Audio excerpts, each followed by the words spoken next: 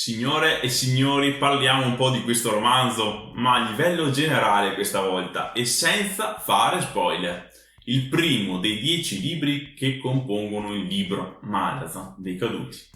Ho suddiviso il video in queste macro aree: trama, dialoghi, parte iniziale, personaggi, mondo e conclusione. Ma andiamo con ordine e dedichiamoci brevemente alla trama. Un'intricata ragnatela che si dipana di fronte a noi quando apriamo il libro la prima volta. In pratica abbiamo il punto di vista di due fazioni opposte. Prima quello dell'impero Malazan, con tutte le differenti voci al suo interno, e poi quello di Darushistan, sfavillante città nel mirino dell'imperatrice. Una trama che apre molte strade, ma che l'autore porta dritto verso una risoluzione ancora più epica e grandiosa di ciò che ci si può aspettare. Ben costruita, la narrazione procede lentamente all'inizio, per poi accelerare progressivamente fino alla fine. Non c'è una fazione per la quale tifare, perché vengono presentate entrambe con pregi e difetti, rendendo la scelta fra le due impossibile. Fossero solo due poi. Inoltre noterete che non è presente in tutta la storia quel personaggio che viene indicato fin da subito come il grande nemico, il signore del male per intenderci. Non c'è, e per fortuna direi. Perud, i dialoghi. Complicati, incasinati. Sembra che ogni personaggio segua un copione tutto suo, invece che conversare con l'altro. Non essendo abituato a dialoghi del genere, mi ci sono voluti tempo e pratica per abituarmi, ma quando sono entrato in confidenza con Erickson ho capito che questo modo di presentare il dialogo è molto più realistico. Quante volte in una conversazione rispondiamo direttamente a una domanda?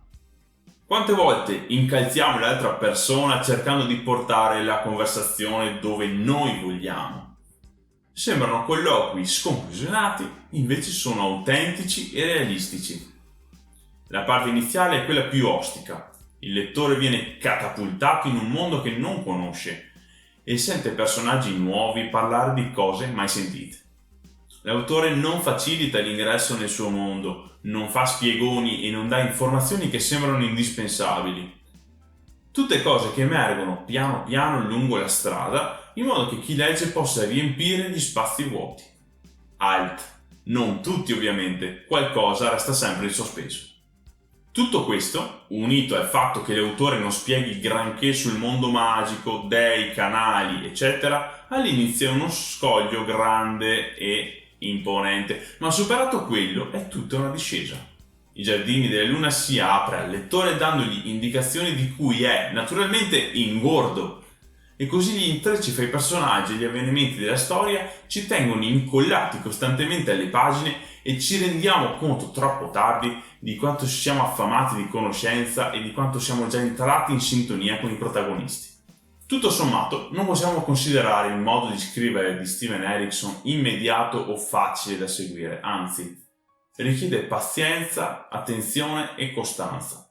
Vorrei solo soffermarmi su una cosa, a mio parere molto importante, cioè che ogni riga di questo romanzo, ogni paragrafo, ogni poesia apporta valore alla storia, al racconto che lo scrittore vuole farci arrivare. Non ci sono pezzi di cui si possa fare a meno, tutto quanto è posizionato lì per dare e fare qualcosa, o collegarsi con qualcos'altro. Ovviamente capita di non capire una tale parte o di non trovare il senso di un'altra, normalissimo, ma se è lì significa che un motivo c'è e di questo romanzo non c'è niente, ma proprio niente, da poter tralasciare. È tutto importante. I personaggi, onestamente a una lettura poco attenta possono risultare non ben caratterizzati, ma basta concentrarsi un po' di più per realizzare invece che molti di questi, soprattutto i protagonisti, assumono uno spessore non indifferente. La cosa che ci frega è che non c'è una vera e propria presentazione del personaggio X. Piuttosto nel rapporto con gli altri ci vengono presentati di volta in volta alcuni aspetti della sua personalità. Più che altro sono le descrizioni fisiche delle persone a mancare. Qua e là troviamo dei riferimenti generici, certamente, ma questa parte è piuttosto lasciata all'immaginazione. Ci sono sia personaggi classici della letteratura fantasy, che trovano esempi in Paran, Norman Rake e Rallick, per esempio, sia personalità del tutto fuori dagli schemi. Basti pensare a Krull e soprattutto a Kruppe. Quindi tanti personaggi, forse troppi, ma che si inseriscono bene nella narrazione. Una cosa che ho trovato mancante in alcuni punti è la relazione tra alcuni di questi. Intendo dire che alcune relazioni tra personaggi vengono rappresentate di punti in bianco, senza che il lettore abbia alcuna possibilità di vedere l'evoluzione delle stesse. Esempio lampante è la storia d'amore nata nel capitolo 9. Sentimenti molto importanti per il proseguire del racconto anche nei libri successivi. Non viene preparato, ma semplicemente scodellato al lettore senza se e senza ma. Mi viene in mente anche l'amicizia tra il gruppo di Darujistan. Si capisce, si intuisce, ma oltre un paio di scene in cui vediamo questi ragazzi insieme al bar, non ci sono grandi spiegazioni. Ecco, questi sono solo alcuni esempi di relazioni che mancano, a mio parere, di un supporto concreto. Un vero peccato, perché Erikson tante altre connessioni tra i personaggi le ha create egregiamente. Lorne e Tull, oppure Whiskey Jack e la sua squadra, solo per citarne un paio. Paran e Tock il giovane? Ecco, qui ci si poteva lavorare di più. Altro punto fondamentale che emerge è la psicologia dietro alcuni personaggi che abbiamo la possibilità di conoscere bene. Per esempio, Lorne, Paran e Rallick. Ho adorato un sacco i pensieri di questi personaggi riflessivi, pensieri spesso cupi e molto vividi. Una caratterizzazione che non fa altro che avvicinare quest'ultimi al lettore. Del mondo Malazan qui vediamo solo una parte di continente. Tutta la vicenda si svolge in 3 luoghi principali: Pale, la pianura e infine Darujistan. E fin qui tutto regolare, ma poi veniamo a conoscenza delle tante razze che abitano o hanno abitato questo mondo e non possiamo che rimanere piacevolmente stupiti. A proposito, ho fatto un video speciale in cui parlo proprio delle razze non umane del primo libro. Cliccate qui e andate a recuperarlo. Inoltre, forse la cosa che più mi piace di questa ambientazione è il sistema, il mondo magico, misterioso e insondabile, ma dominato da dei senza scrupoli che intervengono attivamente nelle vite dei mortali per perseguire i propri scopi. Grandioso. Solo complimenti per Steven. Una parte importante del mondo magico è rappresentato dal mazzo dei draghi.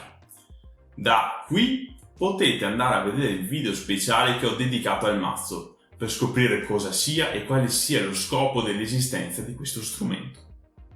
Tiriamo le conclusioni. I Giardini della Luna è un bel libro, con una trama affascinante e dirompente che ti trascina attraverso un world building superlativo.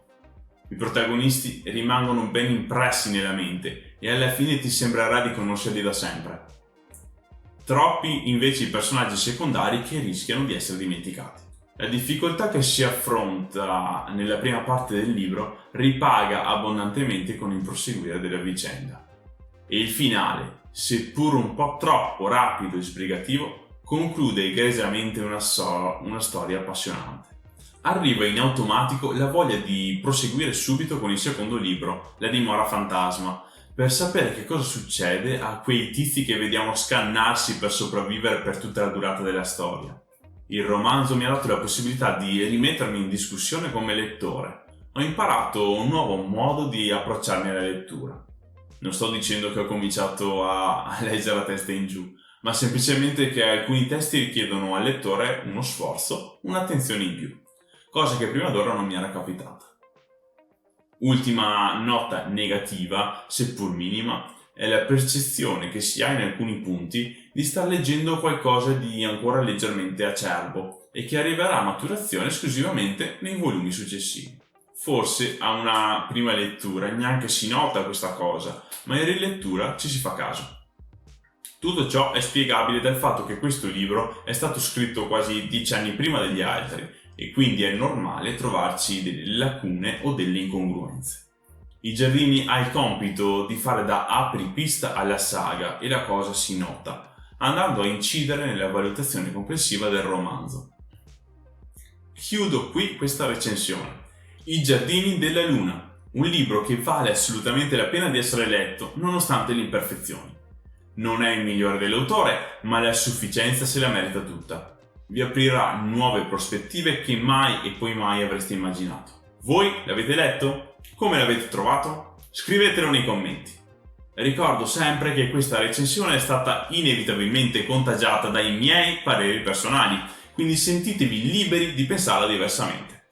Lasciate un like e iscrivetevi al canale se volete una pioggia costante di video a tema Malazan. Ci vediamo presto! Buona lettura!